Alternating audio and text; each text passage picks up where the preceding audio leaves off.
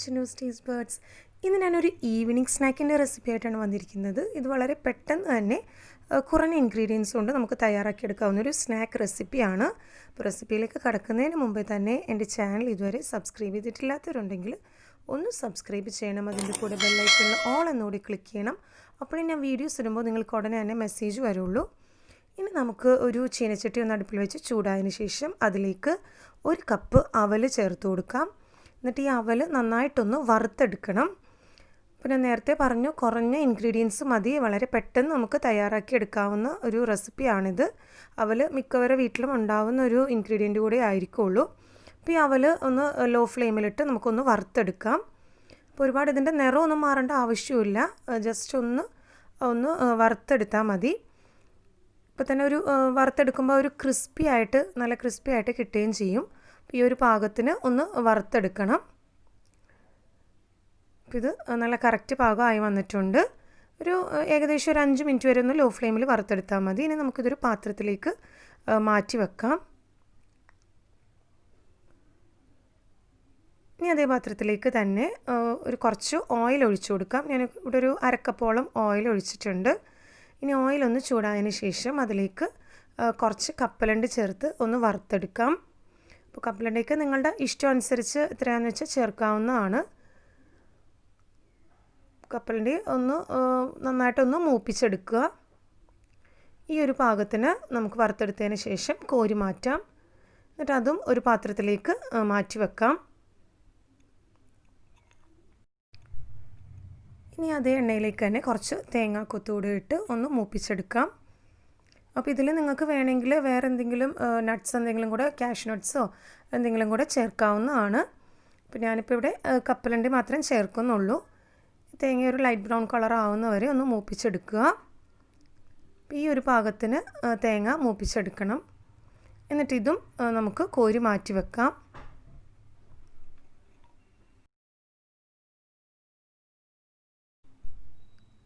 ഇനി ബാക്കിയുള്ള എണ്ണയിലേക്ക് നമുക്ക് 1 ടീസ്പൂൺ കടുകും കൂടെ ചേർത്ത് കൊടുക്കാം. അപ്പോൾ എണ്ണ വേറെ ഒഴിക്കേണ്ട ആവശ്യമൊന്നുമില്ല, നമ്മൾ ആദ്യമേ തന്നെ 1/2 കപ്പ് എണ്ണ ഒഴിച്ചിട്ടുണ്ട്.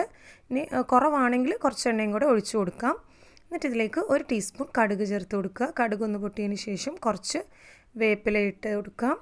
ഇനി അതിലേക്കൊരു 4 പച്ചമുളക് നീളത്തിൽ കീറിയതും കൂടെ ഇതിലേക്ക് ഇട്ടൊന്ന് മൂപ്പിച്ചെടുക്കാം.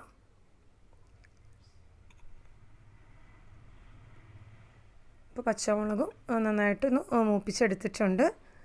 ഇനി അതിലേക്ക് 1/4 ടീസ്പൂൺ മഞ്ഞൾപ്പൊടി ചേർത്ത് കൊടുക്കാം.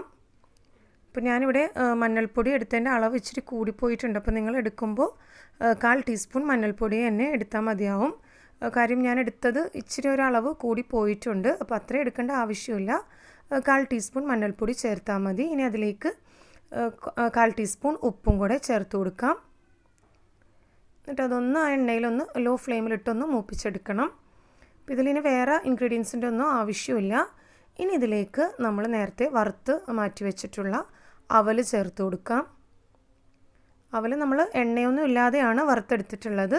ഇനി എണ്ണയിലിട്ട് അവൽ ഒന്നുകൂടെ ഒന്ന് മൂപ്പിച്ചെടുക്കണം. അപ്പോൾ ഇത് ശരിക്കും മിക്സ്ചറൊക്കെ കഴിക്കുന്ന ആ ഒരു പാകത്തിന് ഇരിക്കും. അപ്പോൾ എണ്ണയും മഞ്ഞളും ഉപ്പും ഒക്കെ കൂടെ ഒന്ന് മിക്സ് ആവുന്നത് വരെ ഈ അവൽ എണ്ണയിൽ ഫ്രൈ ചെയ്തെടുക്കുക. ഇനി അതിലേക്ക് നമ്മൾ വറുത്ത് മാറ്റി വെച്ചിട്ടുള്ള കപ്പലണ്ടി ചേർത്ത് കൊടുക്കാം. പിന്നെ തേങ്ങാക്കൊത്തും കൂടെ ഇതിലേക്ക് ചേർത്ത് ഒന്നുകൂടെ ഒന്ന് മിക്സ് ചെയ്തെടുക്കാം. അപ്പോൾ ഞാൻ ഇതിനു മുമ്പ് മിക്സ്ചറിൻ്റെ റെസിപ്പി ചെയ്തിട്ടുണ്ടായിരുന്നു, അത് കണ്ടിട്ടില്ലാത്തവർ അതുകൂടെ കാണുക. ഇതും ഞാൻ നേരത്തെ പറഞ്ഞ പോലെ മിക്സ്ചറിൻ്റെയൊക്കെ ആ ഒരു ടെക്സ്ചർ തന്നെ ആയിരിക്കുള്ളൂ. ഇതും മിക്സ്ചർ പോലത്തെ ഒരു സ്നാക്ക് തന്നെയാണിതും. പിന്നെ ഇതെല്ലാ ഭാഗത്തേക്കും നന്നായിട്ട് ഒന്ന് മിക്സ് ചെയ്തെടുക്കുക. ഇനി ഇതിലേക്ക് ഇതൊരു 1 മിനിറ്റ് വരെ ഒന്ന് മൂപ്പിച്ചെടുത്താൽ മതി. ഇനി ഇതിലേക്ക് ലാസ്റ്റ് ഇൻഗ്രീഡിയൻ്റ് ആയ പഞ്ചസാരയും കൂടെ ചേർത്ത് കൊടുക്കാം. 1 ടേബിൾ സ്പൂൺ പഞ്ചസാര ഇതിലേക്കൊന്ന് ചേർത്ത് കൊടുക്കാം. അപ്പോൾ പഞ്ചസാരയുടെ ആ ചെറിയൊരു മധുരവും എരിവും ഒക്കെ കൂടെ ചേരുമ്പോൾ ഒരു വെറൈറ്റി ടേസ്റ്റ് ആയിരിക്കുള്ളൂ ഈ സ്നാക്കിന്. ഇനി ഫ്ലെയിം നമുക്ക് ഓഫ് ചെയ്യാം. അപ്പോൾ പഞ്ചസാര ഇട്ട ഉടനെ തന്നെ ഫ്ലെയിം ഓഫ് ചെയ്യാം. ഒന്ന് മിക്സ് ചെയ്ത് കൊടുത്തതിന് ശേഷം ഫ്ലെയിം ഓഫ് ചെയ്യാം. എന്നിട്ട് ഇത് ചൂടോടുകൂടി തന്നെ സെർവ് ചെയ്യാം. അപ്പോൾ നല്ല ക്രിസ്പി ആയിട്ടുള്ളൊരു സ്നാക്കാണിത്. എല്ലാവരും ട്രൈ ചെയ്ത് നോക്കുക. അപ്പോൾ കണ്ടില്ലേ, നല്ല ക്രിസ്പി ആയിട്ടുള്ള സ്നാക്കാണ്.